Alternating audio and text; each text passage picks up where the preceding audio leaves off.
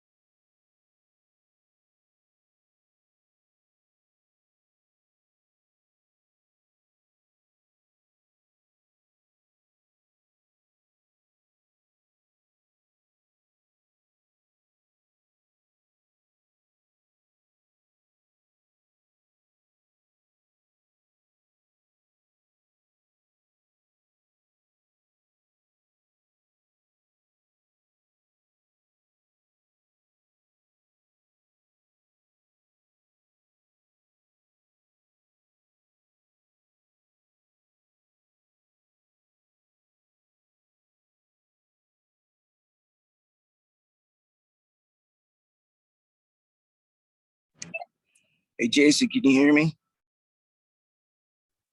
Yes, I can. I can too.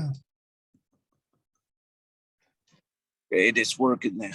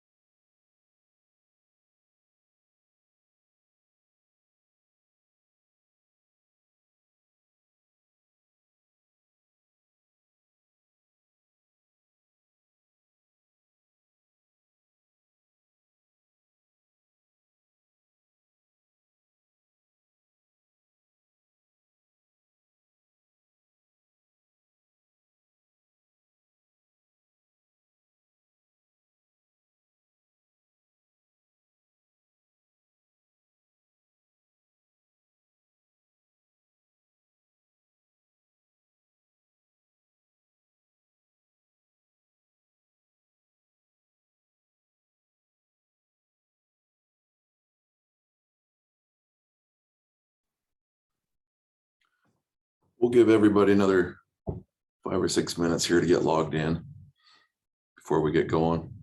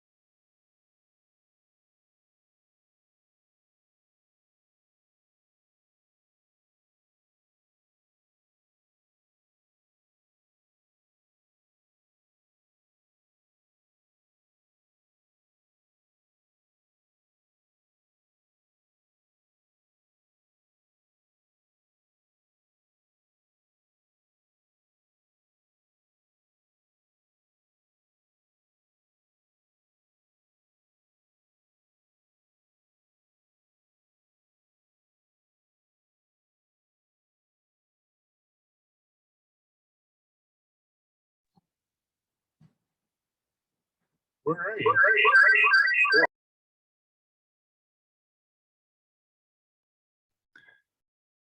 Okay, I think we'll go ahead and get started. We do have some people that are on the Google Meet, looks like, that are getting over here to the Zoom. So, but welcome everyone. Welcome to September's Leadership and Management Training. I feel bad, last month things got a little crazy for us and we weren't able to do this. So I missed out on learning from your perspectives last month. So, but here we are right back at it. For those of you who are, where this is your first time in this meeting, welcome. Glad you could be here and be a part of this. Just a reminder to everyone, if you're not speaking, please make sure that you've got your, that your microphone is on mute. But at the same time, I hope that everyone, including the new folks, can feel that this is an environment comfortable enough that we can all learn from one another and share our thoughts and experiences in this group, and learn, and all have the opportunity to learn from each other. Couple things real quick. I just wanted to thank everybody that was able to join us last week for our employee appreciation party. I had a great time, and it was always good to see everybody. So thanks for coming out and being a part of that. One announcement real quick. Next Thursday, September 8th, we've got the United Way Day of Caring. Again, that's Thursday, September 8th from 8:30 a.m. to noon. Please make sure that you've informed your staff of this opportunity to serve in our community. There are several different options to choose from that day. I believe that Brent sent out an email just this last Monday that has a link there that shows those opportunities to choose from. So make sure your staff is aware, and please make an effort to accommodate those schedules so that people can participate in those. Now, just a reminder, those are paid hours. Basically, those are working hours for employees. So if someone wants to participate in that, they don't need to use their vacation time or anything. They are paid hours. I see Bren and Reed on here. Is there anything that additional you guys would like to add about that event? No, I think we're getting signups coming in. We need more, but you'll be, those that have signed up and do sign up will get some additional information from their project leads early next week, probably on Tuesday. We've got a holiday on Monday, so Tuesday you'll get the final information of where you need to report, what you need to bring, that kind of stuff.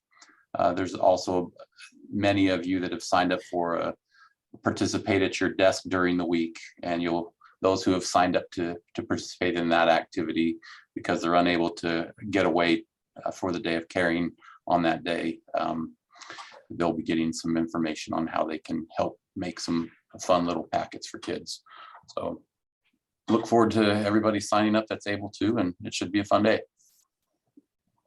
Yeah, thanks, Reed. You know, for those of you who are newer, Orem has had the opportunity to participate in this now for a number of years, and I've always enjoyed it. It's a good opportunity to get out and get involved in the community, and it's one of those feel-good service projects. So again, please come out and get signed up for that. What I'll do is I'll go ahead and turn the time over to Carrie for a few minutes before we get into our discussion. So Carrie. Thanks, Jason. Appreciate it. And welcome everybody to the training. I am on the Google Meet and the Zoom at the same time, trying to get everybody from the Google over to the Zoom meeting. So hopefully they can get my messages and come on over.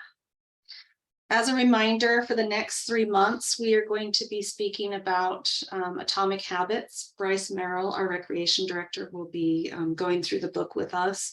So if you have yet gotten a copy of the book, I would highly recommend that you come into HR today and get your copy. It's a pretty quick read, so don't feel overwhelmed. It will be a good habit to teach you to be a reader. So please come and get your Atomic Habits book if you haven't yet. So October 6th, we'll do part 2 of Atomic Habits, and then November 3rd will be our third and final session of Atomic Habits for our leadership and management training. And just note that in December, we will not have a leadership and management session. So you will have the month of December off, but remember October 6th and November 3rd for our next 2 sessions. October 13, we have scheduled our next Build a Better Orem. It looks like some people will have their kids out of school for fall break. So tentatively, we have that date scheduled. We may need to change that if we have too many people that are going to be gone. So just be aware of that. And our topic, Jason and I will be doing this session, and we'll be talking about civility in the workplace. So with that, I'm going to turn it back over to Jason to introduce our presentation. Hey, thank you, Carrie. Again, this book, Atomic Habits, and like Carrie said, I'm not a reader. I struggle with reading. Well, it's my attention span. But this book, I actually found it to be very easy to follow. Not only that, but maybe it's just circumstances, but I find myself currently over the last few months in a position of evaluating or reevaluating my current habits and why I do what I do and why I think the way I think. And so for me, this was a very good read for me. If you haven't had the opportunity to sit down and go through it, I invite you to do so. But I am excited today. Like Carrie said, we've got our recreation director, Bryce Merrill. Even though he's a little bit newer to Orem City, I've had the opportunity to work with Bryce for the last several years.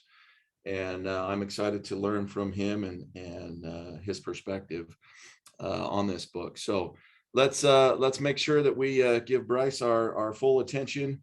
And again, hopefully we can dive into a good discussion here. So without further ado, Bryce, I'll just go ahead and turn the time over to you. Jason, I appreciate that. Carrie, thank you. And y'all, thanks for being here today. I hope we have a good time. I really like this book. If you have your copy nearby, if you wouldn't mind snagging it, we'll be reading from it as we're sort of discussing today and going through a few slides. I'm going to work here on sharing my screen really quick.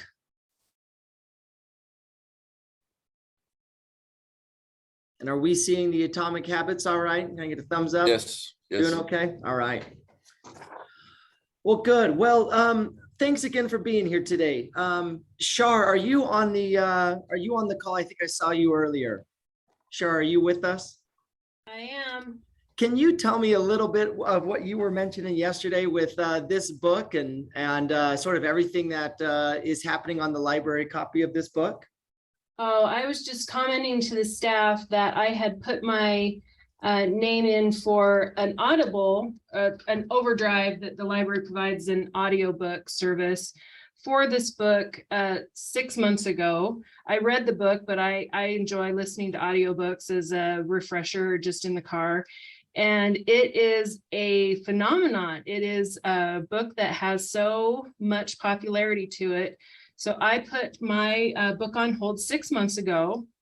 I am 250th in line. I started at 355th in line. We have 217 copies in use and nearly 2,800 people are waiting. So they have bought a ton of copies to try and address all of the demand for the book, but it just grows and grows and grows. And I can't point to any one specific event that is driving this book's popularity, but it has legs. So it's a good book for all of us to be interested in, because not only is it a pop culture phenomenon, but it's also got some real solid momentum behind it for life-changing work.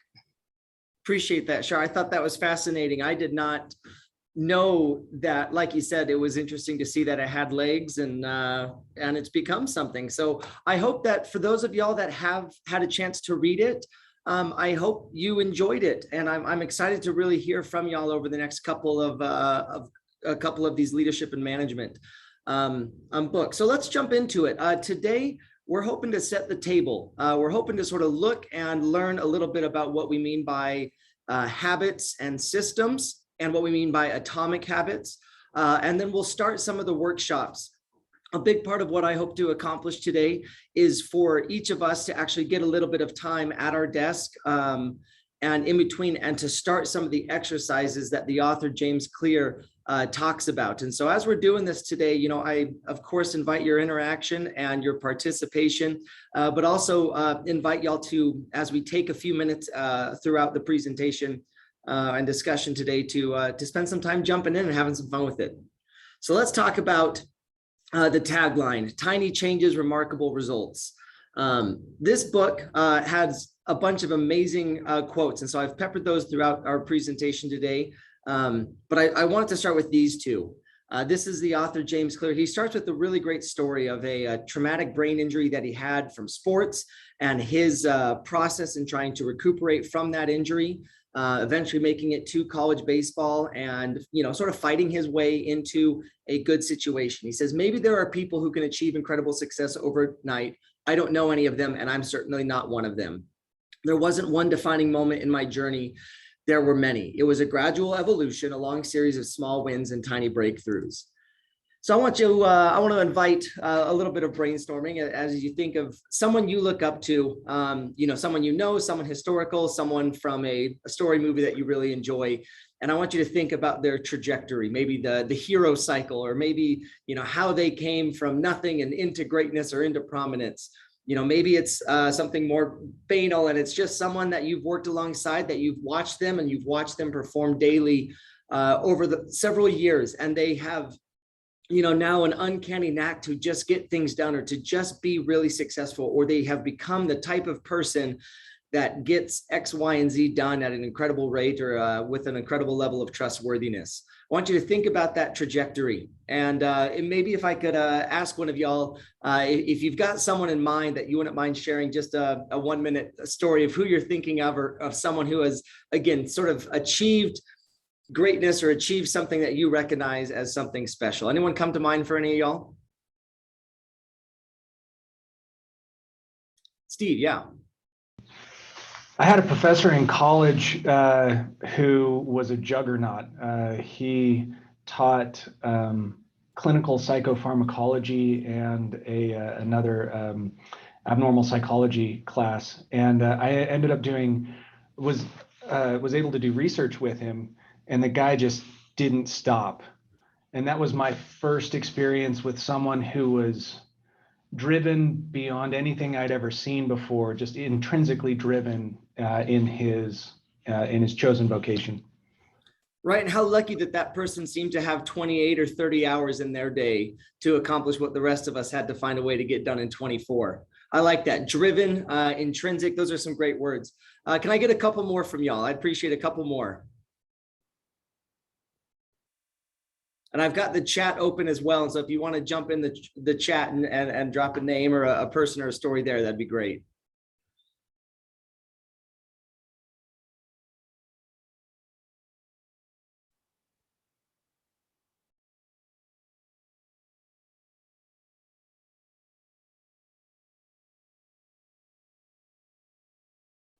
I know y'all got one. I know y'all got one. It's 9 a.m. We'll have to get through this. So jump in there with me if you've got one. I'd love to hear it.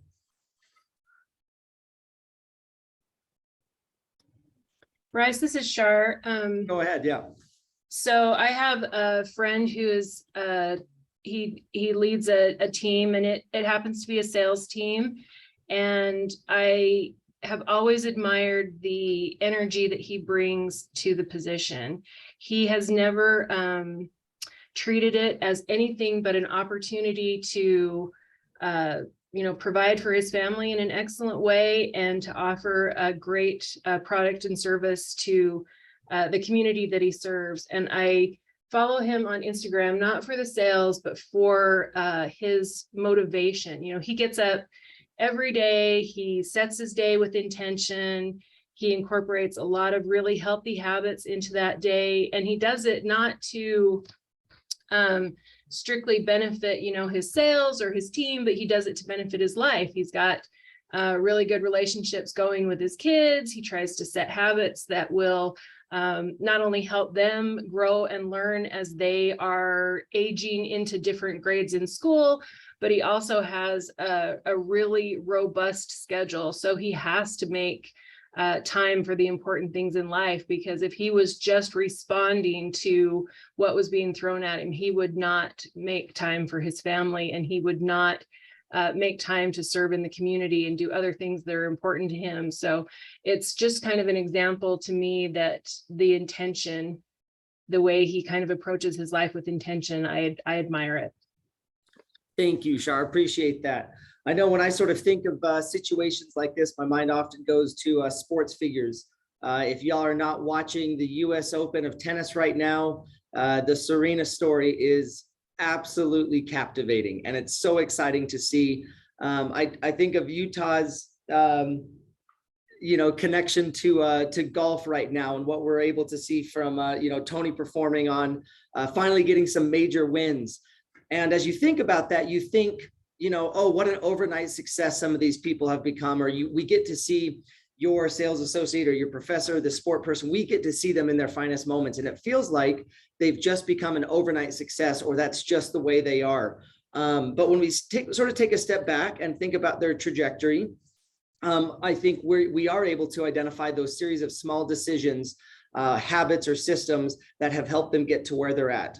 So going back to James here, he says, what I offer you is a synthesis of the best ideas smart people figured out a long time ago, as well as the most compelling discoveries scientists have made recently. My contribution, I hope, is to find the ideas that matter most and connect them in a way that is highly actionable. So as we're sort of going through some of this, both today and in the future, I hope that we're able to, it's a little weird on a Zoom call to like pause for 5 minutes and be highly actionable at our desk, but we're going to do some of that. I think if we were to just talk about some of the principles of good habits, we might miss it. Steve Cannon, 2 months ago, I think, it's been longer than that, but gave us a really great highly actionable personal journaling process that you could do through, the bullet journal system.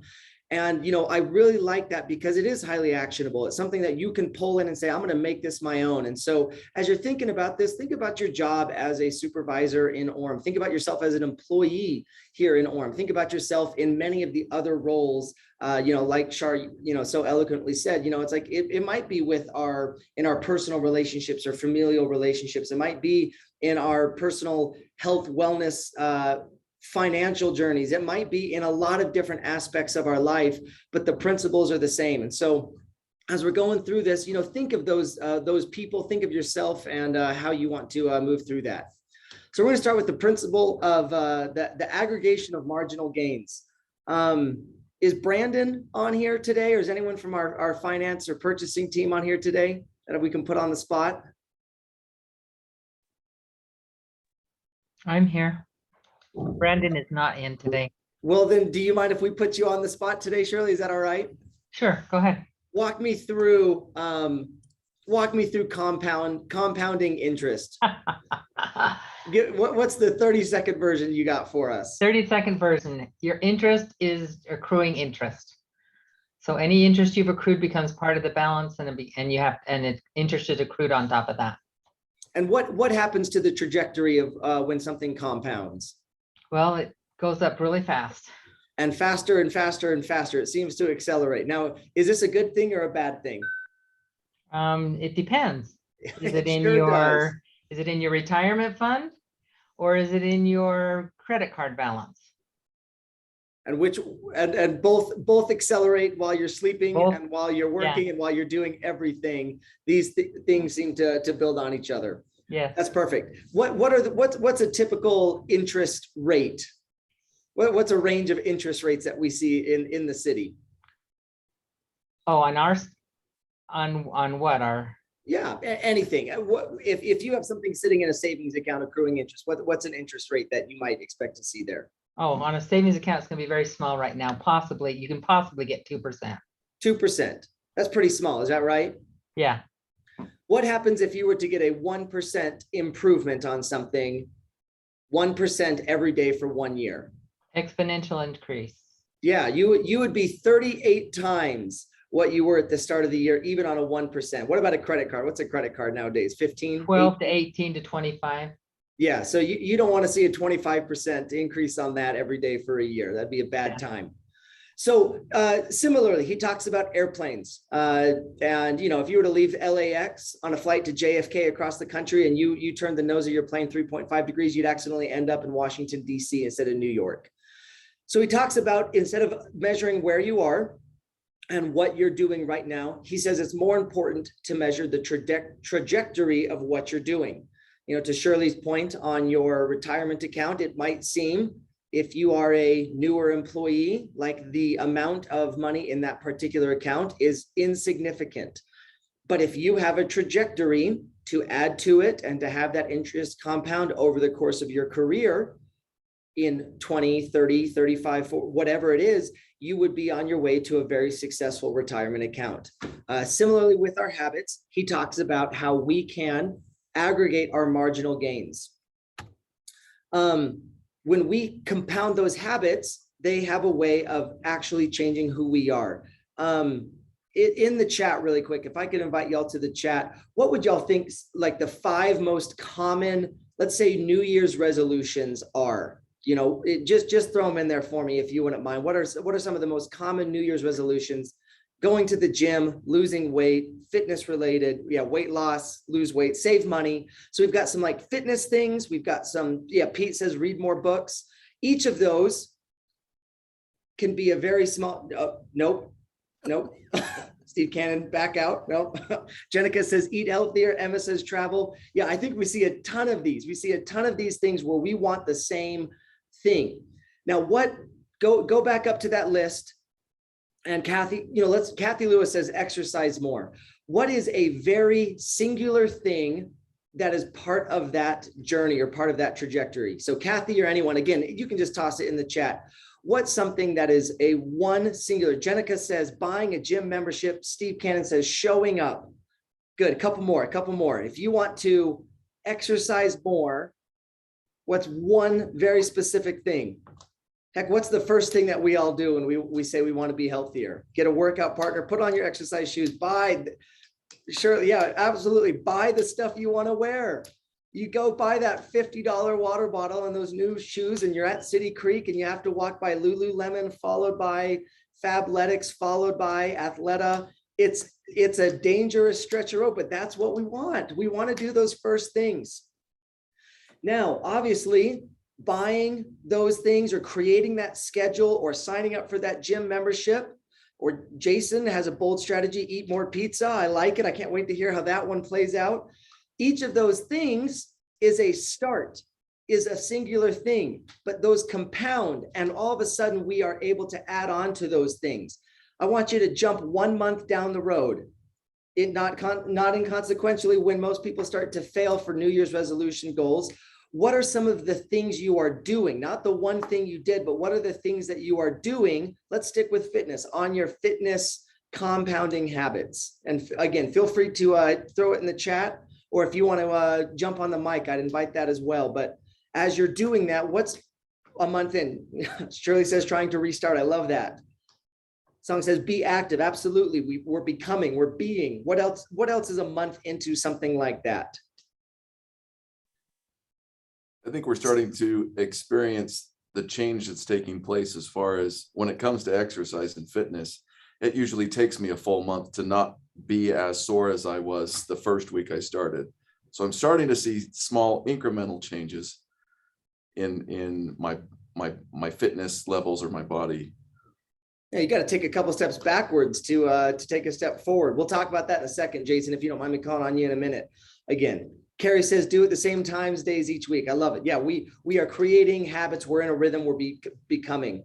I think of something like what we're doing today, right now. I cannot tell you how much I appreciate that our city and our coworkers are wanting to do things like the leadership and management training. And I can promise you, as we all know, if we were to come to a singular seminar, it might be nice and we might come away with a couple of things, but I don't know if it changes who we are as an organization or as employees. But what happens when we compound those habits and we spend a lot of time focusing on these relationships or focusing on professional development and improvement, and you all of a sudden have some of these aggregating together? I think you're able to see that it creates an environment where we feel maybe more mobile within the organization, or we feel the sense of investment from the city for us as professionals. We start to see those things coming together, and we leave the, I had to go to a seminar, and it becomes, I work for an organization that values my professional development, and I feel this, or I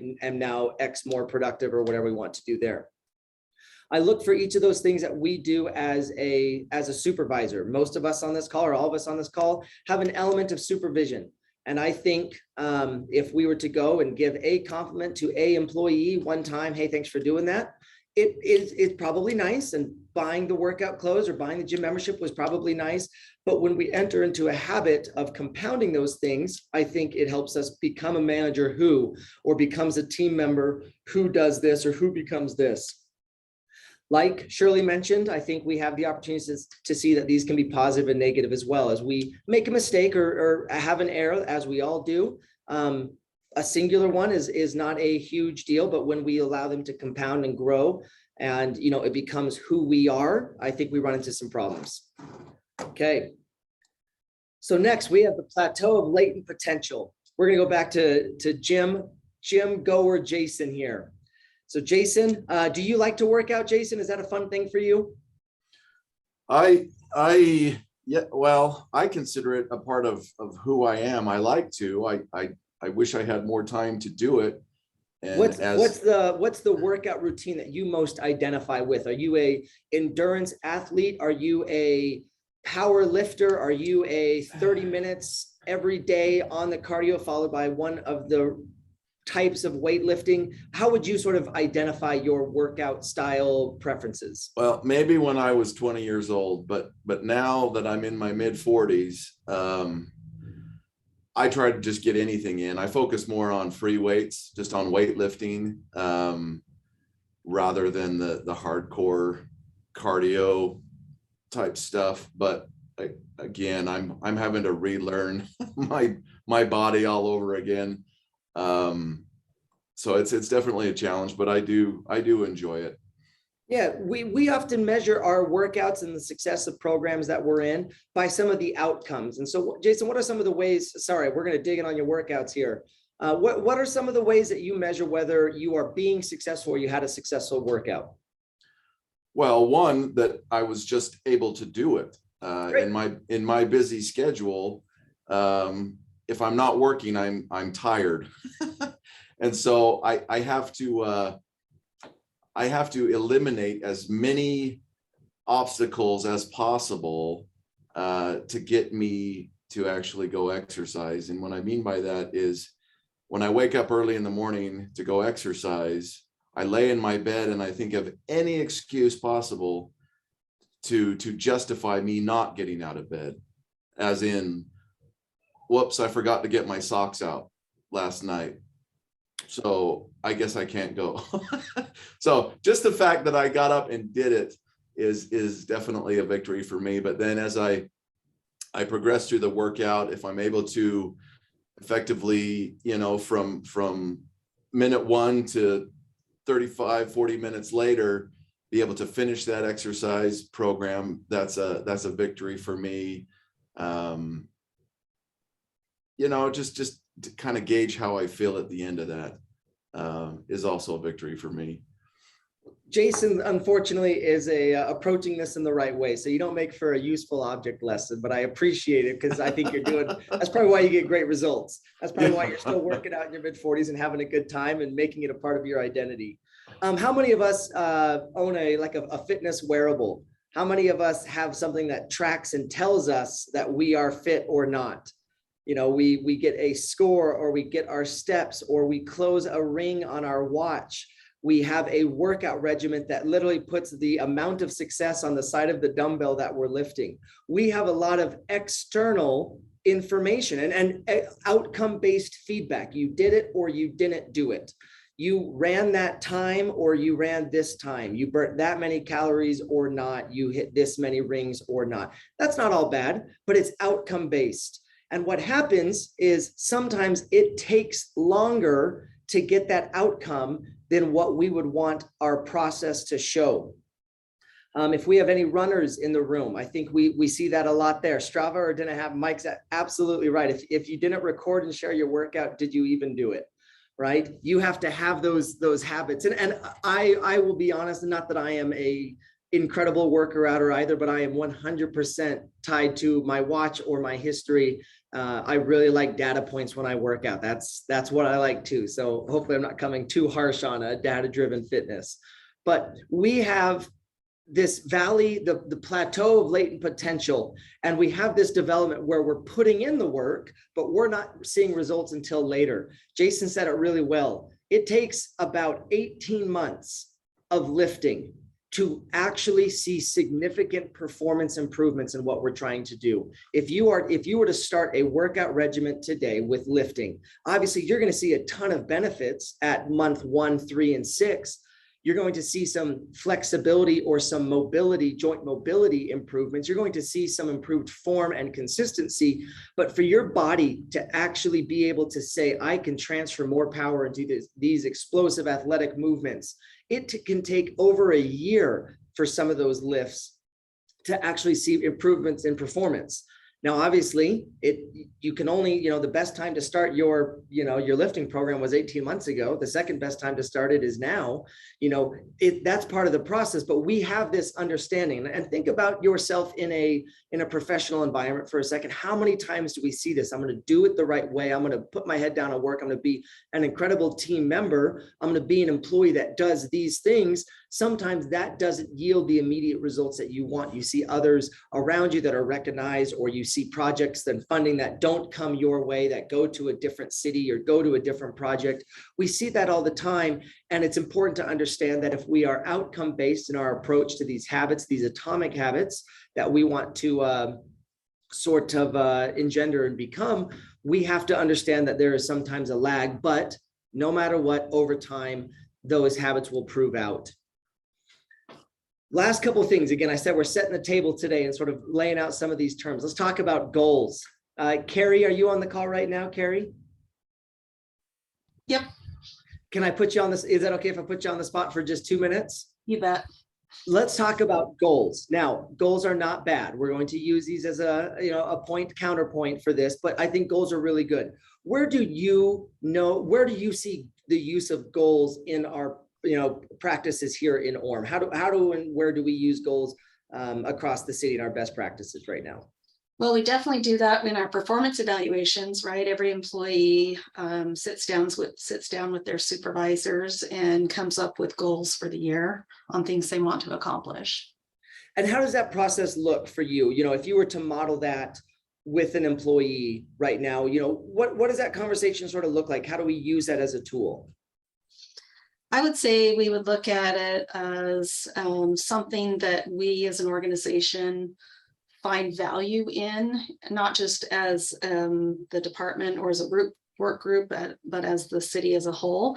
So if you're looking at an employee in general, maybe their goal would be to get a certification or a license of some sort in their specialized field that would help them to be able to do their job better. Perfect. Thank you, Carrie. And again, goals are not bad. And as we sort of talk about this, goals are not bad. They're very useful, and they're able to sort of set a roadmap for what we want to do. Who can think of a goal that is scarce in a work environment, or maybe I should say, think of the goals where not everyone can set the goal and achieve it. Maybe there is a promotion you want to get, and at the end of the day, everyone in the interview probably has the same goal, to get that job. Maybe it is to compete for funding. There is a project that we are going to apply, a grant that we are going to apply for, and our goal is to get it. Going back to James, he says, the goal in any sport is to finish with the best score, but it would be ridiculous to spend the whole time staring at the scoreboard. The only way to actually win is to get better each day. The score takes care of itself. And so goals are interesting because winners and losers have the same goal. Everyone has the same goal. I've got some of our various goats over here on the screen. Katie Ledecky in the bottom right, who is one of the most accomplished swimmers in America, in world swimming history. You have obviously Serena, Tom Brady, Michael Jordan. The winners and losers have the same goal. What sets them apart and what makes a difference? I also enjoy this idea that achieving a goal is only a momentary change. I love that. Goals restrict happiness. And what James meant by this was that if you set a goal to, especially in a scarcity situation where not everyone can achieve it, if you are only going to choose to be happy if you accomplish that goal, that means in like a promotional opportunity, 80% of the people are going to be unhappy, and 20%, say you have 5 interviews, one person will be happy and everyone else will be sad. That's a model of scarcity. If you as a manager, you're looking at your team, set up the system or set up the feedback loops to say anyone who doesn't get this should be sad and is not valued, we've maybe missed the point, or we've set ourselves up for really bad odds. I think that's really tricky. And goals are at odds with long-term progress. We go back to the to latency potential here. You know, if we only set goals, we might not be willing to do the investment to get that exponential growth. We might look for something that gets us the immediate result. James, one of James Clear's theses throughout this book is that you do not rise to the level of your goals, you fall to the level of your systems. And I really like that. Jason, can I go back to you really quick? Yeah. Jason, you are the risk manager for the city, is that right? I hope so. Yeah, I got your title right. Yeah. Tell me a little bit about, do we all have the goal to be safe? Hopefully. I think subconsciously we all want to be safe. Do we all have the goal to not be in a traffic accident? Correct. Yes. Do we all have a goal to not have a patron injured at a park or at a recreation facility? Yes. But walk me through then the other half of this. And then after Jason, I'd open up to a couple of y'all. Tell me, what do we mean by fall to the level of our systems here? And you know, maybe thinking in that with your risk management hat on right now, what does that mean to you? Well, I automatically default to being in the outdoors, from hiking from one location to the next. I can have a goal to get to a certain location, but if I don't have the process of how I'm going to get there, I may or may not get there. And how I look or how I feel at the end of that depends on those systems. Same thing with risk management. We can talk about what we want all day or what we hope for till we're blue in the face, but if we don't have the right strategy, the right approach, the right processes in place, the likelihood of the outcome that we hope for actually happening is slim to none. I appreciate that. That's perfect. Any other thoughts on systems that we have in place to raise our ceiling of performance as opposed to striving for, you know, shooting for the stars? Anyone think of one? And again, feel free to drop it in the chat or jump on the mic. I'd love to hear from y'all. Yeah, go ahead, Steve. I think more often than not, we have like a big idea of what we want to accomplish, right? And regularly I'll talk about that as eating the elephant. But we never get past the big idea to systematize or to like make eating the elephant palpably real to us, right? And that's, I think, you know, in college over and over again, I, you know, wanted to write a good paper. And so I would think about it until the night before it was due. And then I would try to eat the elephant all in one bite, right? I would stay up until 2 a.m. writing a mediocre paper from a tired human that was never proofread, right? And I would submit that. And so I think what I'm driving at is that most people never get to the systems thinking of how they eat the elephant, right? They just see the goal and don't necessarily operationalize or systematize how you move from where I am today to the completion of that goal. I appreciate that. Thank you, Steve. Shirley says, if I get in my car and don't check my seatbelt, don't check my mirrors and pick up my phone and start driving, I have not put safety protocols in place. That's right. We have very specific habits, systems that we are required to do when we back up a vehicle or when we start to drive a city vehicle. We have habits and systems on fiduciary policies or fiscal policies that are how we spend the city's money, and we have to account for it, and we have to have these protocols and policies in place. Those systems are what help us mature. Okay, the last principle before we go hands-on is identity and our habits. So James Clear outlines 3 layers of behavior change: outcomes, processes, and identity. Outcomes are changing results. I want to lose weight. Process is the habits and systems. I want to go to the gym to lose weight. I want to track my macros to lose weight. Identity is your beliefs, your worldview, and your self-image. Often we start from the outside.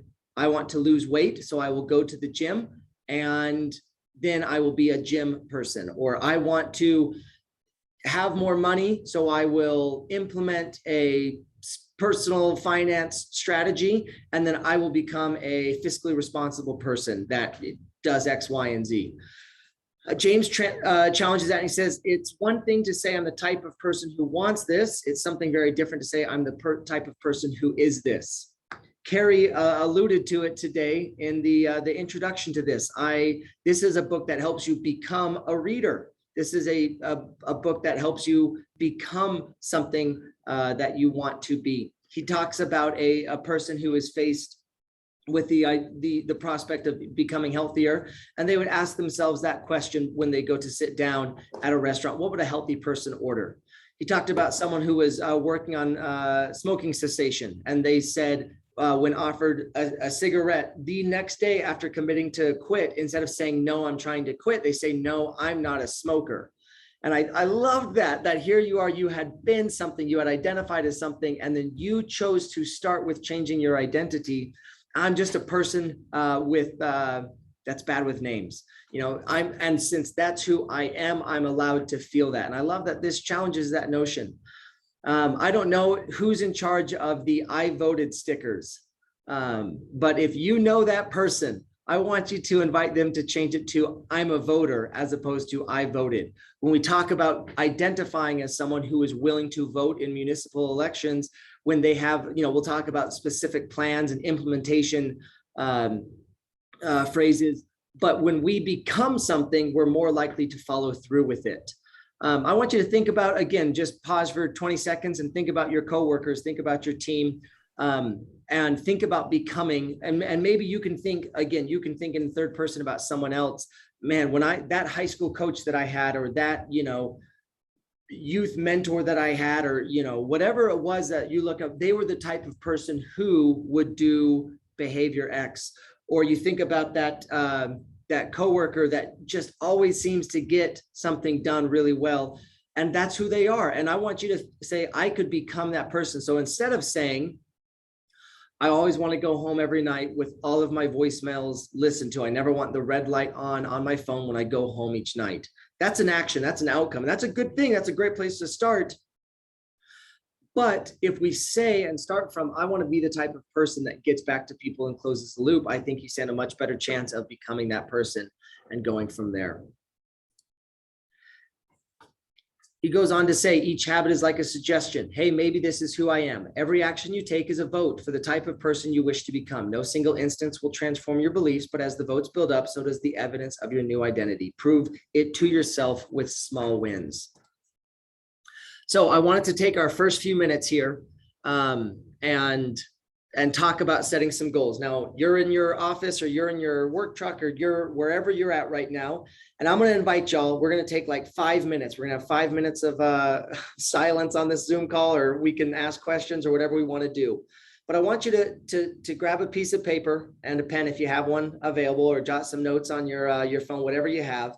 And we've thrown a lot of vocabulary around here. We've got systems over goals. We've got becoming something and believing something. We want to measure appropriately and allow for latency. We're talking about small systemic changes that can aggregate into marginal gains.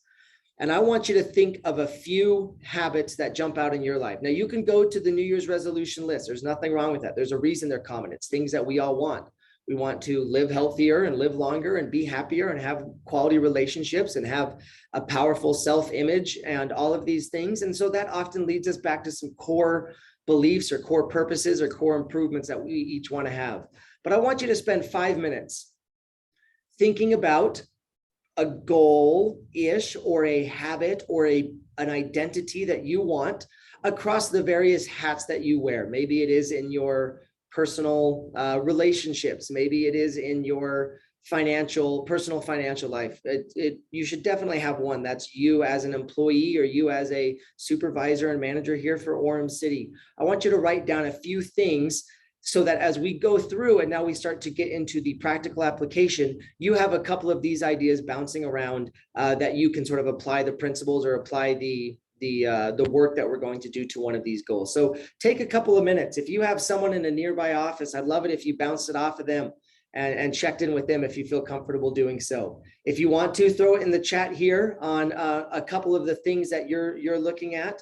And we're going to take just 2 or 3 more minutes to do that. We're going to get back together at 9:55 and go from there. So take a couple of minutes and let's see if we can get some of these written down as we move on.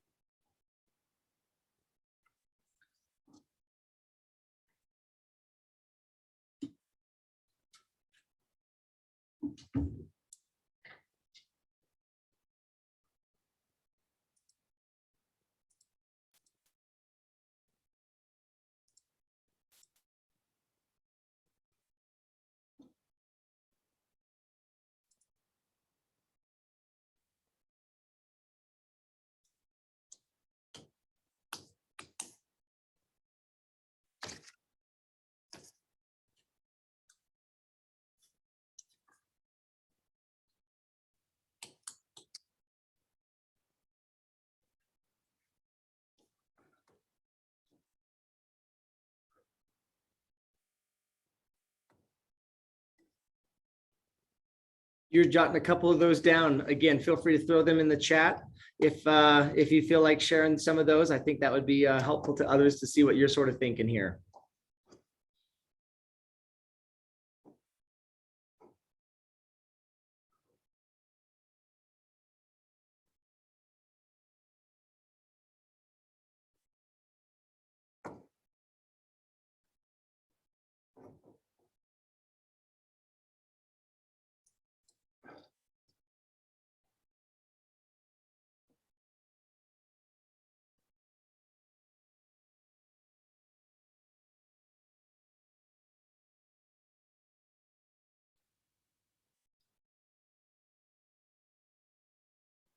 I don't think there's any wrong or right answers on these. I think that's what's really great. You know, in theory, whatever is most important to you is probably right where your mind went first. And I think that tells you something about yourself and building those identities that are most important to you. All right, now is Brent, are you on the call with us today? Yes, I am. Bren's with us today. So Bren, we're going to talk cats for a minute. All right. And Bren and I share this. We each have a cat. We've talked about it before. We have different relationships with those cats. Bren, I think you are a cat owner by choice. Is that right? Cat breeder. Cat breeder by choice. You have several cats, and they're like fancy breeds or something, right? Super fancy. Yeah, you finally caught my attention with this presentation. Yeah. Where are we going with this? Yeah, finally we're getting somewhere.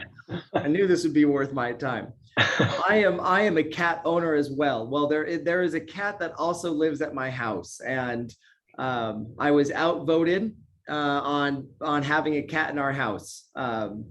1-0. I didn't have a vote. I just came home one day and there was a cat there. Well, let's talk further later, establish some goals, and I've got some, in the works for you. Yeah, I'm not ready to identify, that whole identifying as a cat owner. I'm not going to set healthy habits there. I think we'll just let that be. So Bren, do you by chance have a copy of the book readily available? Let's see, I think I've got it on Kindle here. Okay, hopefully the page numbers still work out. James Clear knew that if he wanted to capture our attention, we would chat cats.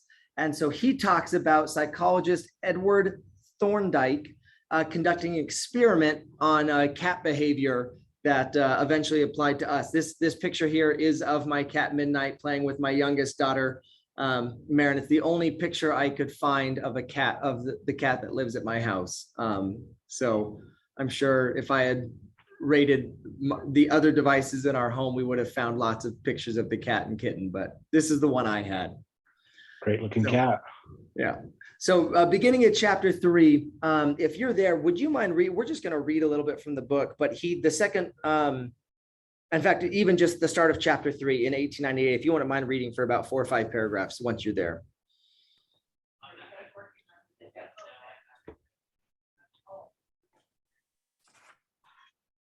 Sorry, Bryce, it's not pulling up for me. No worries. Does anyone else have the book that wouldn't mind jumping in on a couple of paragraphs there for me at the beginning of chapter 3? I've got it. Perfect. Go ahead. He would place each cat inside a device known as a puzzle box. The box was designed so that the cat could escape through a door by some simple act, such as pulling a loop of cord, pressing a lever, or stepping on a platform. For example, one box contained a lever that when pressed would open a door at the side of the box. Once the door had been opened, the cat would dart out and run over to the bowl of food. Most cats wanted to escape as soon as they were placed inside the box. They would poke their nose into the corners, stick their paws through the openings, and claw at loose objects. After a few minutes of exploration, the cats would happen to press the magical lever. The door would open and they would escape. Thorndike tracked the behavior of each cat across many trials. In the beginning, the animals moved around the box at random, but as soon as the lever had been pressed and the door opened, the process of learning began. Gradually, each cat learned to associate the action of pressing the lever with the reward, escaping the box and getting to the food. Let's do 2 more paragraphs, if that's all right, Shirley. After 20 to 30 trials, the behavior became so automatic and habitual that the cats could escape within a few seconds. For example, Thorndike noted, cat 12 took the following times to perform the act: 160 seconds, 30 seconds, 90 seconds, 60 seconds, 15, 28, 20, 30, 22, 11, 15, 20, 12, 10, 14, 10, 8, 8, 5, 10, 8, 6, 6, 7. During the first 3 trials, the cat escaped in an average of 1.5 minutes. During the last 3 trials, it escaped in the average of 6.3 seconds. With practice, each cat made fewer errors and their actions became quicker and more automatic. Rather than repeat the same mistakes, the cat began to cut straight to the solution. Shirley, are we the psychologist or are we the cat? The cat. Good, as long as we all recognize we're the cat here, and obviously we're the psychologist, Edward Thorndike too, but how many times are we placed in situations like this where we have to figure out how to find the rewarding behavior? And that's what habits are. I love the way he talks about this. We have these intrepid cats, and this is the most motivational cat image I could find on the entire internet. We have these intrepid cats that set the bar high for us on what performance looks like and what we're supposed to do and how we can become something more. But literally, habits are us being as lazy as possible. And I love that concept. It's us doing the minimum amount of work.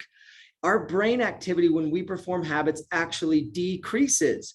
There is no longer a need to analyze every single situation. Yeah. We go through a process where we find the ways to automate or the ways to get to the desired result that we want as quick and efficiently as possible.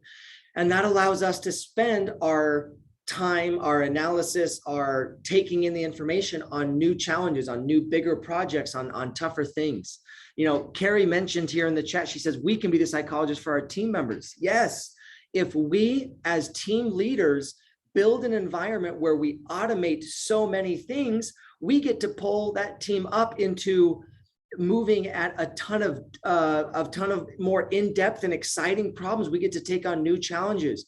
our workload, our synergy is going to be higher because we've automated basic functions. And now as a team, we're able to, really tackle some of these challenging problems.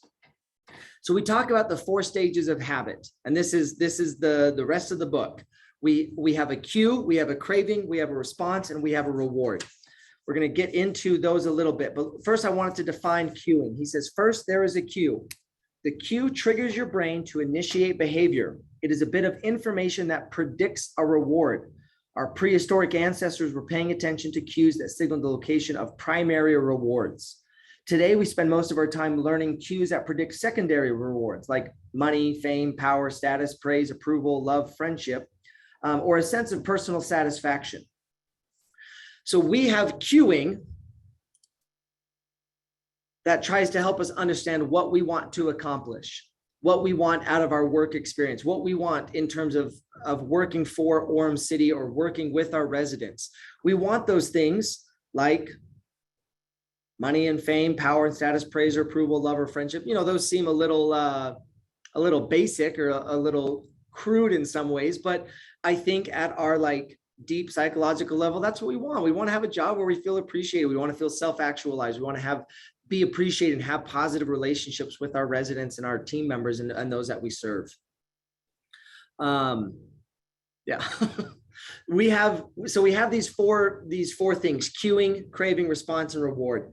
And James Clear in the book Atomic Habits sets out to discuss how to make a positive habit obvious, make it obvious. When we're craving it, we want to make it attractive. When we respond to it, we want to make the response easy. And then when we have the reward, we want to make that satisfying. So today, for the next 30 minutes, we're going to discuss making it obvious. How do we make the habits that we want obvious? And then the inverse as well. How do we make our bad habits invisible? How do we make things that we don't want to do not be there? I really like this principle because it's really basic, and we're going to spend a ton of time talking about environments as we sort of move through these four rules or 4 laws here. James continues, a habit is a behavior that has been repeated enough times to become automatic. The ultimate purpose of habits is to solve the problems of life with as little energy as possible. Now, that seems counterintuitive. If you're a manager and you have an employee that writes, yeah, honestly, I'm looking to do my job with as little energy and effort as possible, that might trigger some red flags. Or if you find yourself, what's the current TikTok trend is quiet quitting. We continue to find new ways to brand laziness or, whatnot. But I mean, these 2 principles are really aligned, and it's hard to tell which one's which. We want to do things that are as easy as possible. Like all of human innovation has been designed to get us to a point where we can jump in a car and drive somewhere instead of having to walk, because that takes less energy and less time and allows us to accomplish more. Think of how many processes in our environment have become automated. Again, going to the HR team, how many processes have we automated on time card systems? Shirley, you're right in the middle of a lot of that. How much are we trying to get out of doing repetitive tasks that don't lead us to be self-actualized or receive praise or approval, love or friendship, or a sense of personal satisfaction? We want those processes to become automated, whether it's in our systems or in our personal systems, so we don't have to spend our time doing that. There are ways to have employees spending as little energy and effort as possible be a really positive thing. So we go to the first law of making it obvious. And if someone with the book, if I could call on someone to read again, we're going to be on page 62 under the habits scorecard. Do I have someone that wouldn't mind reading for me for a little bit? I can, Bryce. Awesome. Thanks, Debbie. Go ahead on page 62 under the habits scorecard. The Japanese railway system is regarded as one of the best in the world. If you ever find yourself riding a train in Tokyo, you'll notice that the conductors have a peculiar habit. As each operator runs the train, they proceed through a ritual of pointing at different objects and calling out commands. When the train approaches a signal, the operator will point at it and say, "Signal is green." As the train pulls into and out of each station, the operator will point at the speedometer and call out the exact speed. When it's time to leave, the operator will point at the timetable and state the time. Out on the platform, other employees are performing similar actions. Before each train departs, staff members will point along the edge of the platform and declare, "All clear." Every detail is identified, pointed at, and named aloud. This process, known as pointing and calling, is a safety system designed to reduce mistakes. It seems silly, but it works incredibly well. Pointing and calling reduces errors by up to 85% and cuts accidents by 30%. The MTA subway system in New York City adopted a modified version that is point only, and within 2 years of implementation, incidents of incorrectly berthed subways fell 57%. One more paragraph, Debbie. Pointing and calling is so effective because it raises the level of awareness from a non-conscious habit to a more conscious level. Because the train operators must use their eyes, hands, mouth, and ears, they are more likely to notice problems before something goes wrong. So Debbie, we just spent a lot of time talking about how habits automate things, and now we're sort of pulling it back and unautomating that.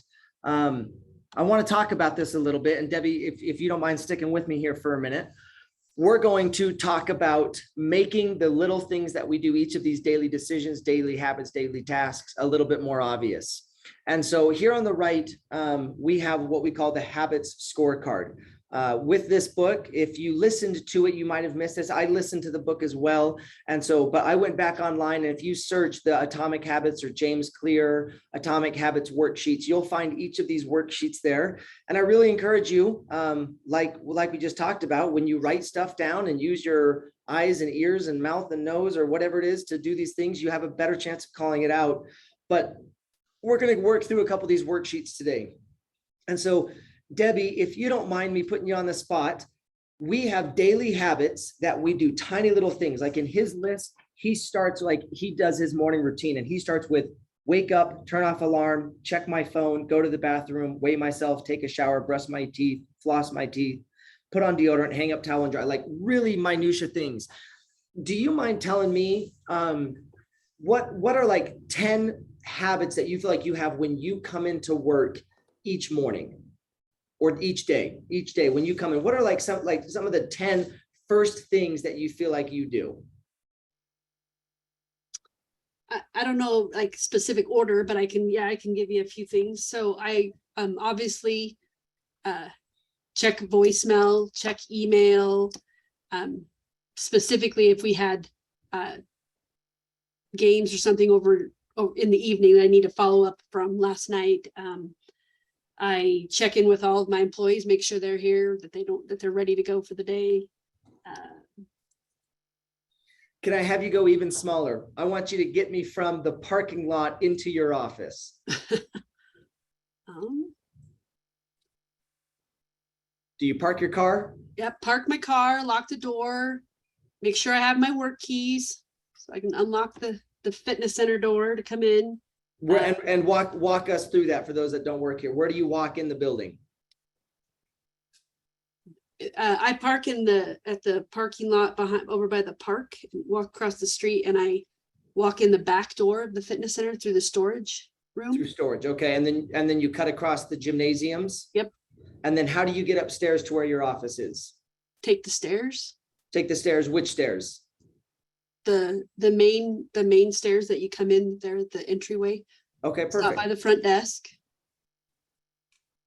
And do you have a reason do you have like a mailbox at the front desk, or you just stop by the front desk? Just stop and say hi to the clerks. Yeah. Okay, perfect. I want each of y'all to, while Debbie's sort of walking us through this, and Debbie, thank you for letting me put you on the spot there, but think of those things that you do from when you get to work, or maybe on your way to work. A lot of us, maybe you have a routine, subconscious or not, of preparing your mind for when you get to work and how you start that out. I want you to have this daily habits, and they can be as small as possible. If you want to write them down at your desk, that'd be great. If you want to drop 10 in the chats, and just, what are the first 5 or 10 things that you do here? Where do we automatically go when we get into work? What are the first things that we do when we get into the office environment? I'd love to hear from y'all what you do, or have you write them down, and a few of those things.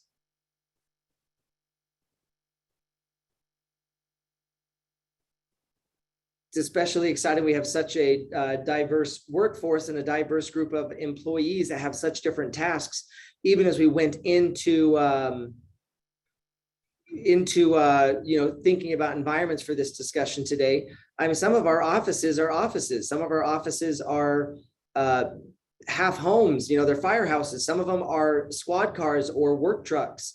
Some of them are out in the public, and some of them are, down in the basement in an office that will not see the public. I mean, crazy different work environments, which I think would lead to very different habits of how we start our workday. Jumping in down here, we're seeing things like filling up mug with water. Carrie, you're better than the rest of, or better than me, that's for sure. Fill my water flask, count morning tills, fill my coffee mug, check phone messages and emails, 15-minute planning session, open the calendar, phones on, picking up arrest packets and saying hi to officers that have been here all night, review my schedule for the day. Yeah, so getting started. Let's think about, let's change gears really quick. Let's talk about coming back from a lunch break, and whether it's a lunch break or not lunch, maybe the second half of your shift. If you have, the second half, you've been at work for 5 hours, maybe your morning, heavy meetings in the mornings, maybe you are out on the streets for the first half, and then you're coming back to the office for paperwork. Whatever the middle half of your day looks like, what are some of the habits when you come back in at the middle of the shift? What are some of the things that you do then?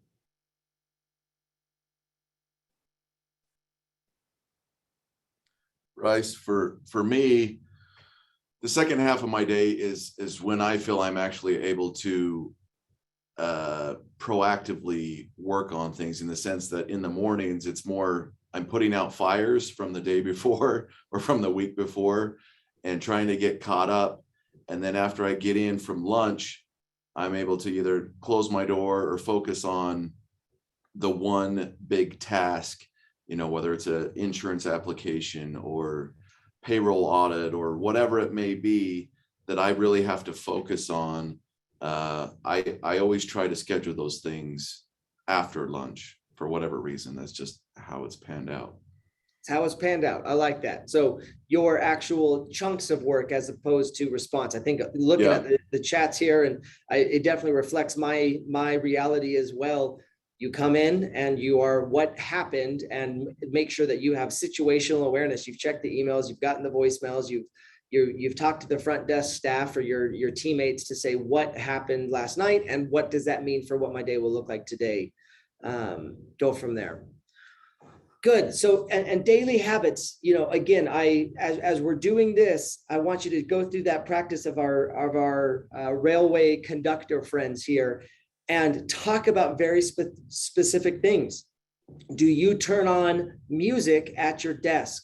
Do you stop by the caffeine depot there at the break room and snag your morning drink? Do you sit down and do you close your door? Do you open your door? Do you clear your voicemails? Do you check in with your department team to receive information? Each of those things is a subconscious or conscious decision that is part of your habits that will dictate good or bad in terms of effectiveness. Now, he talks a little bit about the notion of good and bad, and he uses the word good and bad, but he doesn't like it. He talks about ineffective or effective habits. So as you have this list, you have the opportunity now to say, is that a positive habit? Is that casting a vote for the type of person I want to become? Or is it a neutral habit, or is it a negative habit? As you think about those things, I think we all have positives, negatives, and neutrals that help us understand what we want to be. I have one, as I was thinking about this, and I was trying to be very honest with myself.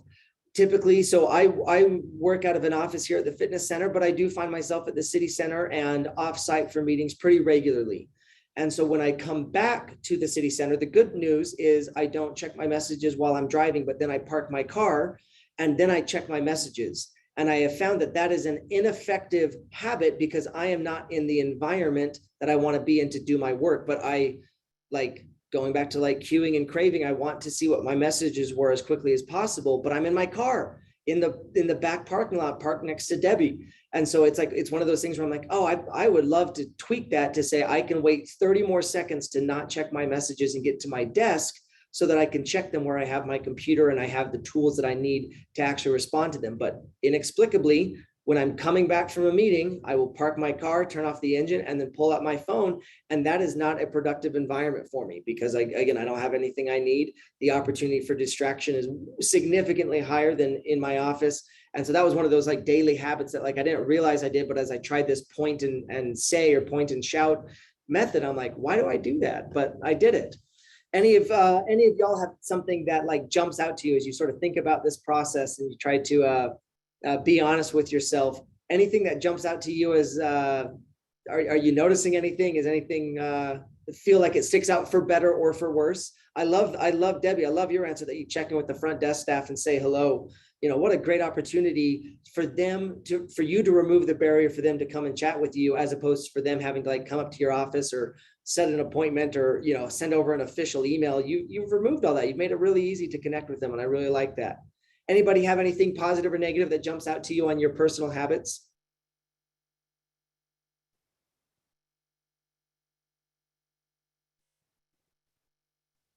A negative that I can think of that I'm trying to do better at when I am home at the end of the day, if I have my phone in my pocket, I have a tendency to just sit down and for lack of a better term, just kind of surf the internet.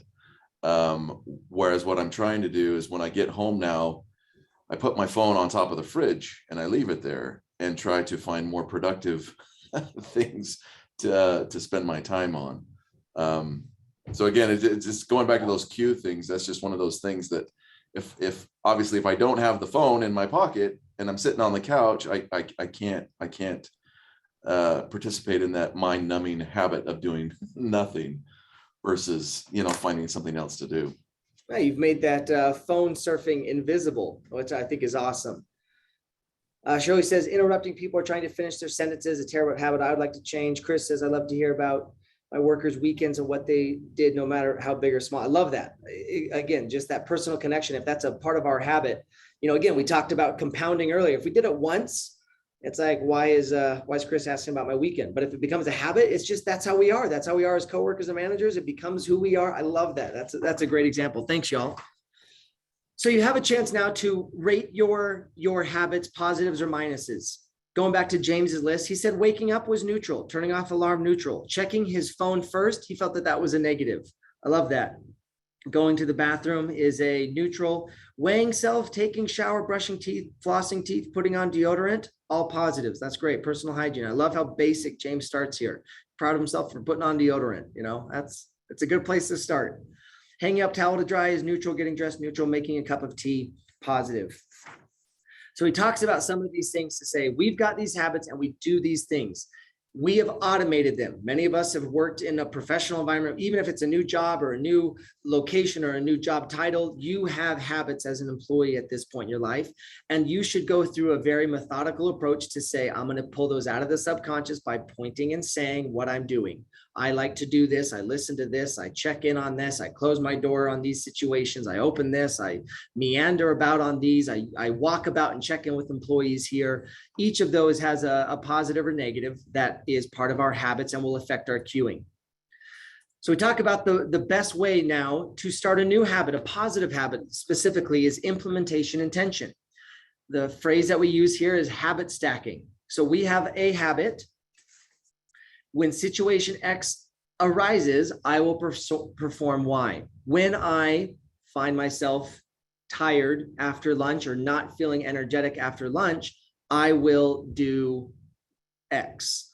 When I want to check in, or when my first inclination is to go to my phone at home, I will put my phone on top of the fridge.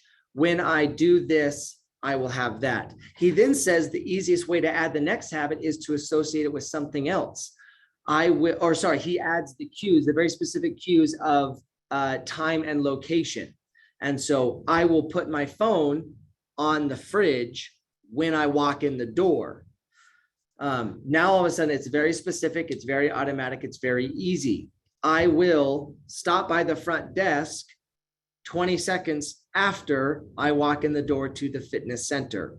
I will fill my mug with water so I don't fill it with soda or something that I'm not trying to drink, so that at the start of my workday, at the water fountain by my office.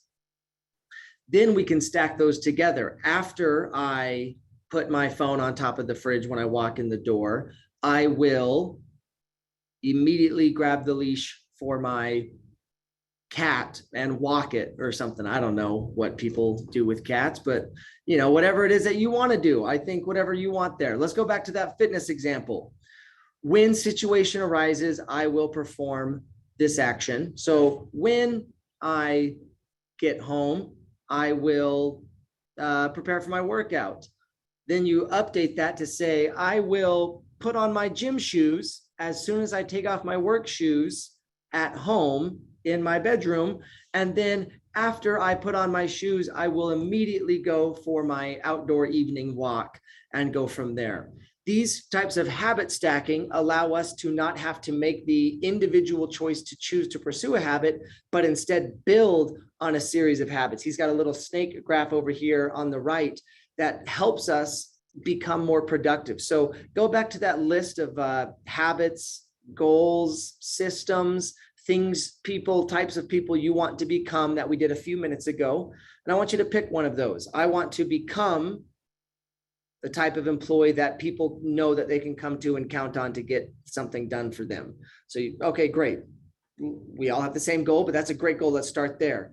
So then how do you going to build that? Maybe the habit is like Chris said, or like Jason or Debbie said, when I enter work, I will be the person to greet others at, you know, on my way into the office.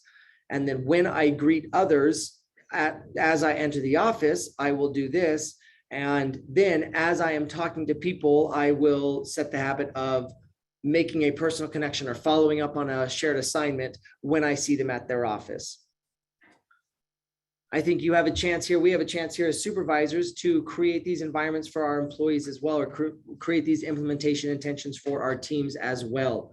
I think a lot about our front desk staff here at the fitness center.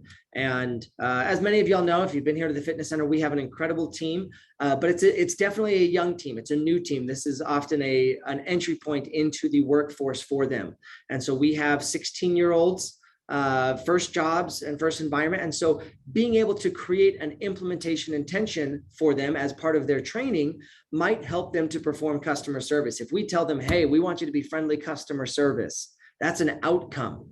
That's a difficult thing for them to just be. That's hard to train on it and even to sort of measure against. So instead, when a person walks in the front door of the fitness center, I will make eye contact to see if they are open to a personal greeting. If they've got their headphones on and are avoiding eye contact and just want to scan their key card in and come in, that's fine.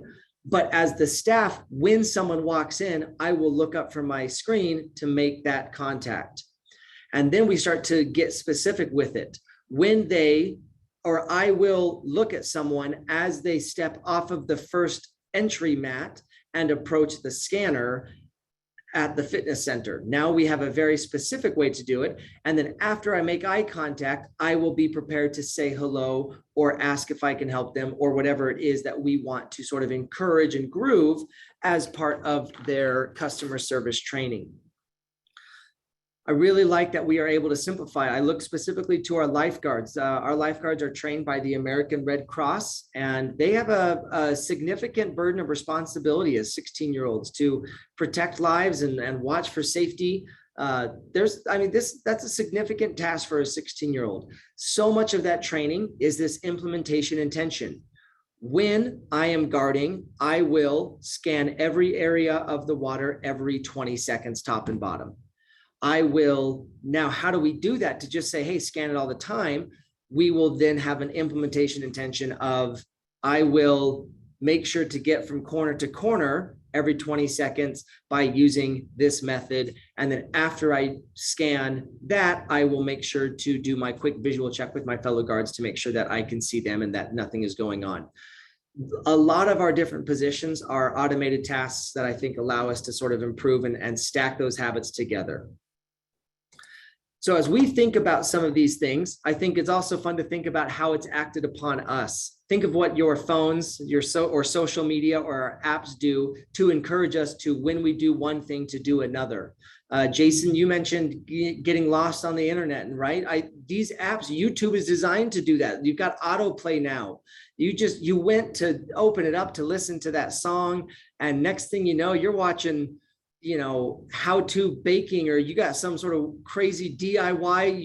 You're watching a how-to build a tree fort. You don't have a tree in your yard. YouTube's designed to do that, right? It's not very fair. Think of when we watch, TV. It is designed to encourage. A cable news or a cable sports is designed to make sure that we stack our habits with them. Think of subscription services. We talked a little bit yesterday in a group. We were talking about car washes, and car washes very sneakily became a subscription service 3, 4, 5 years ago. You used to just pay when you needed a car wash. And now you buy a membership to a car wash because they want you to be in the habit of going to a car wash. And I bet we are washing our cars at an incredibly higher rate than we were 5 years ago. We didn't know we needed to do this, but we've been told that you need to wash your car so much that you need to have a subscription for it. So next thing you know, this is who we are. I look at some of the identity queuing. I was thinking, this is, probably not fair, but when I thought of how brands want to be a part of our queuing or our environment, they don't just sell us a product, they tell us how to feel and when to do it. And so if you want to be this type of person, if you want to become this, then you should make sure that you have a rotation of different colors for your Stanley tumblers, so that when you stop by Swig at this time after school, you do X, Y, and Z, and that's who you become. They build on that. And so, you have these examples of positives and negatives, and to be fair, I can promise you at the fitness center, we do a lot of the exact same thing. We have an environment where we want to make sure that people build us into their habits, so that part of their habit stacking includes making sure that they have a membership to the fitness center. That is, a lot of us do these types of things all the time. So we talk a lot, we're going to talk about the fitness center here a little bit more. And I love one of his chapters, I think it's chapter 6, it's called Motivation is Overrated, Environment Often Matters More. And as I thought of motivation, one more to just make sure Bren was staying with us for our discussion today. When I think of motivation, I think of everyone's favorite cat that begs us to hang in there. And all I can think of when I see this is, why is that cat climbing on that rope? If the cat had been doing what every cat's supposed to, and that's being lazy, laying on a couch, eating my food, doing nothing and providing no value, then he would have been just fine. They're agile and smart. Come on, bud. So we got cats that are supposed to be environments where they can be successful. They can sit there and stare at you and judge you from the comfort of their cat bed or whatever, and the cat is going to be happy. But instead, this cat spent his time on motivation, hanging in there, holding onto that rope or onto that tree or whatever that they're supposed to do. And now all of that energy is being wasted on motivation instead of shaping and creating the environment. James Clear talks a lot about a hospital administrator that physically rearranged the layout of a cafeteria area to move bottles of water into more prominent or specific locations. This is a huge, there's a huge, theory and school of thought and best practices in all sorts of retail environments to encourage additional sales. You used to walk up to cashiers, and then they added a little candy aisle. And now you go to Best Buy and you got to zigzag through 7 checkout rungs full of candy and things you didn't know you needed to buy to encourage you to buy something additional. The whole idea of end caps at grocery stores and what they put high and low. We could obviously go into SEO and how Google works or Amazon works to make sure that you're buying the right things when they want you to. But choice architecture, the idea is that environment is the invisible hand that shapes human behavior. Decisions are not entirely your own.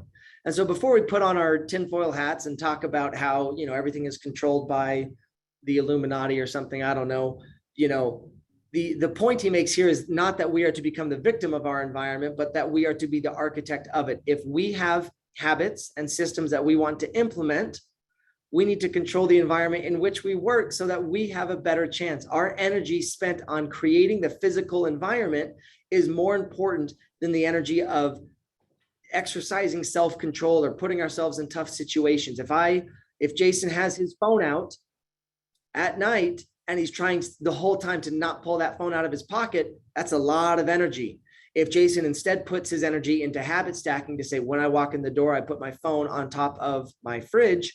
And once I have done that, then I will pick up the leash to walk my dog. That's a lot less energy spent as opposed to sitting there with his pocket or sitting in, Jason, I talked earlier, sitting in bed, trying to get out, I don't have my socks, so I can't work out. That's hard energy. Now we've found a way to shape our environment. So here at the Orem Family Fitness Center, and we talk about environment architecture. We want to make sure that we understand the motivational forces of identity. We know that people want to be seen as, or be portrayed as, or have the self-perception as a gym goer. So if we can make it easy for people to identify as a gym goer through our environment, they have a better chance of habit stacking and coming here and creating habits. I love Planet Fitness. If y'all are not familiar with the Planet Fitness model, they've got like pizza. You're not allowed to wear certain items of clothing that are like too intimidating. I don't think you can like have like the cutoff workout shirt that like shows your side muscles, because they don't want that. They want people to be able to identify as being comfortable in a gym environment. So they create an environment where that's not allowed. They have pizza out so that you can snag a slice of pizza on your way home, because they want people to say, I'm allowed to eat pizza and work out at the same time because that's who I am. I think that's great. We talk about habit stacking. We understand if you've come to the fitness center before, we have a child watch facility. We know that if we can stack habits for them, pick up their child from preschool or drop the older children off at school on their way to the gym where they will check in their child to child watch, we become a part of their system that then encourages them to work out, which keeps them having a membership at our facility. We've made it really easy. We talk a lot about the cueing, helping them identify what they want that will push them towards the craving, the process, the reward. We have all sorts of intentional cueing here to communicate to them what they want to do. Even habit stacking of, I want to watch the next episode of Great British Bake Off. Great, you can watch that on our TV screens on our treadmills. You can check in and stream that because we invest in Wi-Fi. We want to make sure that whatever they want to accomplish and what they want to become is able to be done here. We make those goals attractive, easy, and obvious. Now, that entire process, of course, starts online, the online web portal experience. And a big shout out to Pete and his team and to our IT team. We are able to have software that encourages purchasing behavior. We changed a lot. Stacy, are you on this call today? I'm not sure if Stacy is, but Stacy has just. Yeah, sorry, I couldn't find my microphone. No, you're okay. Do you mind giving us the 1 minute overview of why we swapped from a register every month of gymnastics to a subscription model and what that sort of means and why we've tried to make it easier for people to do that? Yeah, absolutely. The benefits of switching over to subscription is helpful a lot for the parents because before we switched, the parents would register for maybe a month of classes, and then they would need to re-register every time, but they never really knew exactly when those classes would be open for registration. They might lose their spot. They're having to, try to re-register for different dates, times, and every 4 to 6 weeks, we would be switching classes and switching people. And so the parents would be constantly, trying to register them on time, and they're frustrated when they didn't get a spot and they lost their spot, and then having to pay and get on every single month and pay. Where the subscription programming, they sign up once and they continue in that class, and it's an automatic payment. They don't ever have to get on and sign up again, automatically payment, and they automatically have their spot.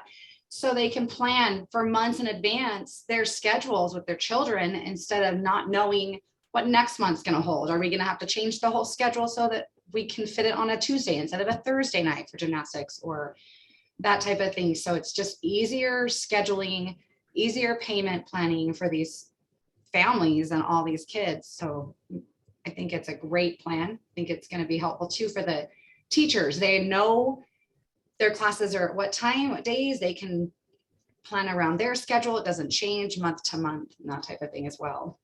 Yeah, the two most important factors of queuing are time and location. And through subscription, they get to guarantee those for as long as they want. It's in our best interest because they continue to sign up. It's in the teacher's best interest because they get the same kids and they have predictability month to month. It's in the family's best interest because the queuing, the strongest indicators of good habit formation have been automated for them so that they're able to get in and predict this. We swapped this over in swim lessons last summer, and we went from a couple hundred a month to I think we're at almost 500 per month now because it's so much easier for families to do recurring swim lessons through subscription. Stacy's done an incredible job of taking that to gymnastics and dance, and we start that officially today. Today was our first sort of day of the new subscription. So even though we love the online portal, we're grateful to have that, we want to automate that and have people go online to sign up for things way less because there's a lot of chances of things going poorly online and they forget their passcode and they don't remember which email it was. And now we're able to just have them continue to be with us. We look at the process of parking, and we're spending significant time trying to design our parking lot, a parking lot that we don't own. It's owned by the school district, to get them into and out of the facility easy and create different points of access. We look at a lobby that is designed for the appropriate type of queuing. We know that social interactions are the best indicator of sticking with a fitness regimen. And so if they are able to meet a friend or see a neighbor or a classmate that they know in that lobby, they are likely to continue to come to the fitness center, and they will associate our fitness center with success in their fitness goals. We have slid ourselves into the habit stack. So we make sure that that's nice and easy. We look at our fitness instructors. They are the Pied Pipers, the social influencers that are able to create an environment and give the cueing and the positive feedback, and to, as we're discussing, making those habits obvious at the front of these rooms. And so, yes, we care about the technical acumen and safety and ability of our fitness instructors. But 100%, we're looking for personalities and people that will help people connect and be driven to continue to come to those fitness classes together. We look for elements, and now, you know, a shout out to our custodial staff. When people use their 5 senses to determine habits and environments, we know what they're looking for, and it's important that we build and design an environment that's going to work. And so, you know, significant investments in our maintenance and custodial staffs to make sure that we have an environment where their habits are obvious and able to sort of repeat. I would like to invite just a few minutes of discussion from y'all. We control a lot about our work environment. We have our habits that we've thought about.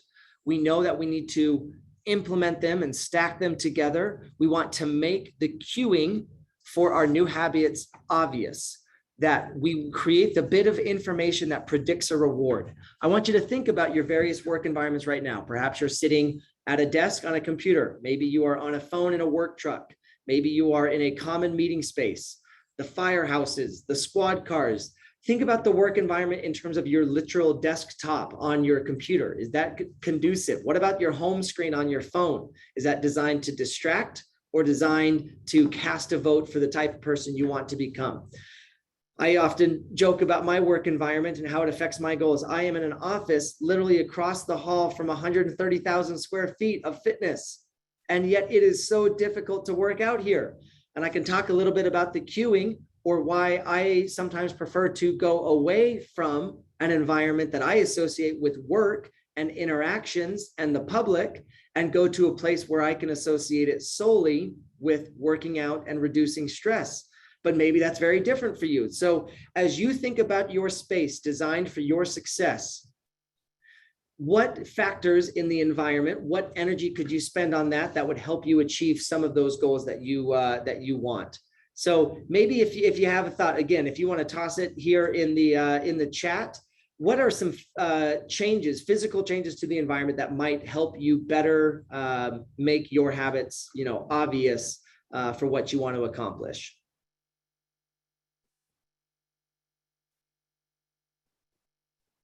So Bryce, for me, I like to stand. I have a standing desk, but I noticed if I have it at the sitting level after I go home at the end of the day, in the morning I sit. So if I raise the desk when I leave, then I'll more likely stand when I come in. That's great. Thank you, Carrie. What a simple one too. So simple.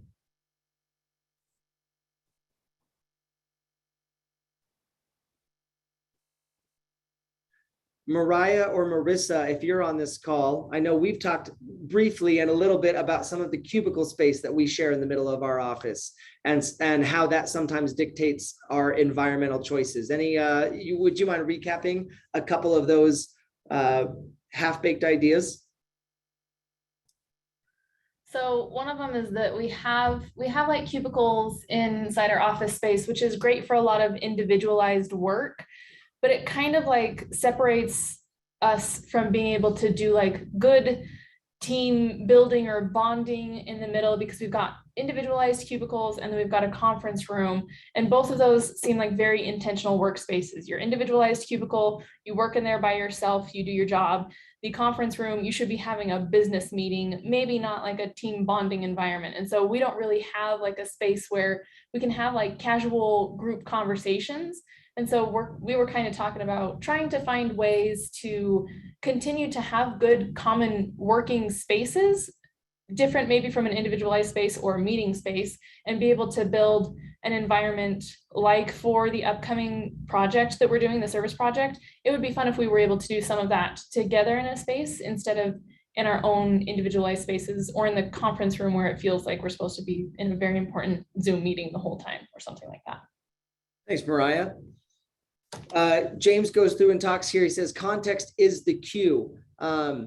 When we evaluate our environments, we should think about the relationship between the objects and not the objects. And so he talks about a couch, and a couch can be a really productive place. If you are a work from home type person and that's where you have your setup, then it can be a really productive environment. But if you associate your couch with turning on Netflix and getting lost in 2.5 hours, next thing you know, your entire evening is gone, then maybe the couch is not the appropriate environment or piece that you want there. Again, I sort of alluded to it, but sometimes I associate the Orem Family Fitness Center with an office and with job responsibilities and with, things like that and serving the public, and less with I'm going to get my personal workout. And so sometimes that can be a little bit funny for me to manage. And I've sometimes struggled with that. I don't associate that with the swimming pool at all. If I want to go swim laps, I can totally check out because I can't hear anything or see anything, and I get that opportunity. So don't think about your environment in terms of hard and fast rules that standing desks are good and couches are bad. It's your relationship with them. If that's what helps you focus and achieve and be effective in your goal setting, then you're good to go. We've talked about this. Self-control is a short-term strategy. You may be able to resist temptation once or twice, but it's unlikely you can muster the willpower to override your desires every time. Instead of summoning a new dose of willpower, your energy should be spent better optimizing your environment. One of the other optimized environments that I really like is some of the intentional choices that we have seen at the city center to, Mariah talked a little bit about like a socialized workspace, not for socializing, but for like collaborative innovation. I love what there is for a break room or that HR, it might just be a cheese stick, but also it's a chance for them to get to interact with you in positive, proactive situations. I think that's brilliant. How great is it that we have an HR team that wants to make sure that they get to know us outside of an HR presentation or an HR function? I think that's really smart. Instead of spending all that time trying to, go out and make those relationships happen, you buy some cheese sticks and it just, the relationships follow. I think that's really neat. Oh, my graphic did not come through good here. Well, this is it. This is a review of what we've just discussed this first day. There are 4 laws, and we have discussed the first law, which is to make it obvious, to focus on the cueing and make it obvious. Between now and next month, I'd invite you to read the next 2 sections. I think it's chapters 8 through 15. But in addition to that, I'd go get that worksheet and fill out the habit scorecard. Fill out the portion that is applicable to what you want to work on or what you want to do or who you want to become. Once you have filled that out, use the implementation intentions. I will behavior at time and location, or I will, I will do this when I will put the phone on the fridge when I walk in the door. Once you've done that, you can look for ways to habit stack. So you're not having to manage all of these different implementations, but you will say, after I put my phone on top of the fridge, I will get the leash and walk my dog. That way, you only had to make one decision, put the phone on the fridge, everything else followed after that. Once you've done that, think about designing in your environment. Make the cues of good habits obvious and visible. When we want to become something, when we want to be this type of manager or this type of employee, when we want to increase these positive attributes of our work selves, look for those environmental factors that will help you do that and be willing to make the change. He talks a lot about the easiest way to make a new habit is a new environment. So if you need to swap your desk around, or if you need to put up new cat motivational posters in your office, now is the time to do it. Change your environment so you can work through and find some of those really positive habits you want to that you want to build on. This is a little bit, there's a little bit of minutia going through this. And I think that's an interesting thing. As I was preparing to sort of moderate this discussion today, the next two sections are designed to be way more collaborative. Now that we've sort of set the table and laid out some of the information, there's a lot of detail, which can be a little bit boring. And I recognize that challenge for y'all as listeners, and I appreciate your patience for me as a presenter. But as you jump into that, the second law is to make it attractive, talking about the craving, and the third law is to make it easy. We go from the problem to the problem solving. Be willing to sort of jump in and have some of those details. Like we talked about, we're looking for 1% improvements, marginal gains that we can aggregate together. As we sort of prepare for that, I hope that we have a robust discussion about becoming and setting goals that will help us achieve what we want. So again, appreciate everyone's participation today. I really appreciate Atomic Habits. I appreciate a city and a employment environment that encourages us to spend time and resources becoming these better versions of ourselves. And I look forward to going through those next sections with you on making it attractive and making it easy here in a month. So thank you again. I'll turn it back over to Jason. Thanks, y'all. Thank you, Bryce, for a great training. I definitely got my wheels turning in my head on how I can improve my life. The thing about it is that these principles are so applicable both to work and at home. If anything, we need to start to improve our habits in our own personal lives outside of work. And then I think that those things or those habits will naturally carry over into the workplace and into our teams. So again, thank you, Bryce. Carrie, do you have any additional comments? Yeah, I just wanted to thank Bryce. I thought that was a fantastic presentation. I appreciate him. We asked him to do this right when he just barely started. And so we've thrown him right into the fire, gave him a couple extra months to get ready, but appreciate all of your hard work there. And just so that everybody on this call knows, we are looking for presenters for 2023. We've got the rest of this year covered, but if you would like to share a leadership or management topic with us, we would love to have you do that. So just reach out to Jason or I if you're interested in being a moderator for next year. So that's all I've got. So you guys have a great day. Thanks, everybody.